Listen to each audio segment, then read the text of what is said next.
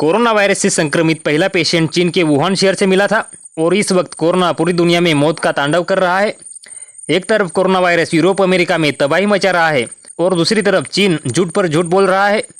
चीन ने पहला झूठ बोला कि कोरोना वायरस वुहान शहर में चलने वाले जानवरों के व्यापार से मनुष्य के शरीर में दाखिल हुआ है, लेकिन अब यह साफ हो गया है कि जानवरों की बात तो एक बहाना था ताकि वुहान की एक खुफिया लैब का कारनामा दुनिया के सामने उजागर न हो जाए।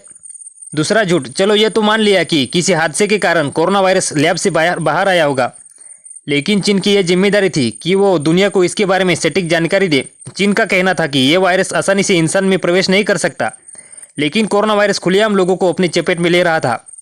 इतना सब हो रहा था और WHO खुलेआम चीन की तारीफ कर रहा था। और इसके बाद चीन का वुहान शहर तो कोरोना वायरस का हेडक्वार्टर बन गया, जहाँ से कोरोना इन्फेक्टेड लोग दुनिया भर में ऐसे फैल गए कि अब वुहान शहर को गांव-गांव का बच्चा भी जानता है।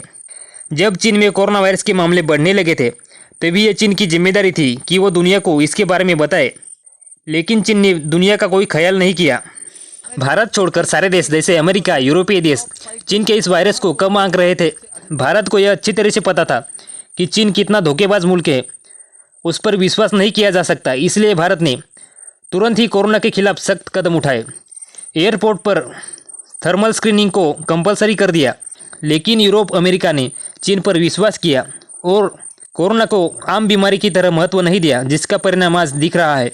अभी हाल ही में चीन का एक बड़ा झूठ खुद चीन ने ही कबूल किया है। अगर चीन में कोरोना वायरस की महामारी की शुरुआत हुई थी तो चीन में मौत के आंकड़े इतने कम कैसे?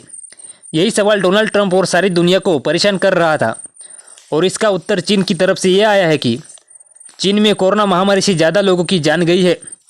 चीन सरकार ने पहले कहा था कि चीन में कोरोना वायरस से कुल 3,342 लोगों की जान गई है, लेकिन अब अचानक इस संख्या में 1,290 लोगों को जोड़ दिया है और कहा है कि चीन में असल में 4,632 लोगों की जान गई है।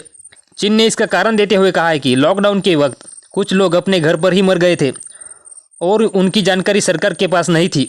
चीन के झूठी बातों से परेशान होकर डोनाल्ड ट्रंप ने एक बार फिर चीन को फटकार लगाई है और कहा है कि हकीकत में चीन में मरने वालों की संख्या कहीं ज़्यादा है। ये संख्या अमेरिका से भी ज़्यादा है।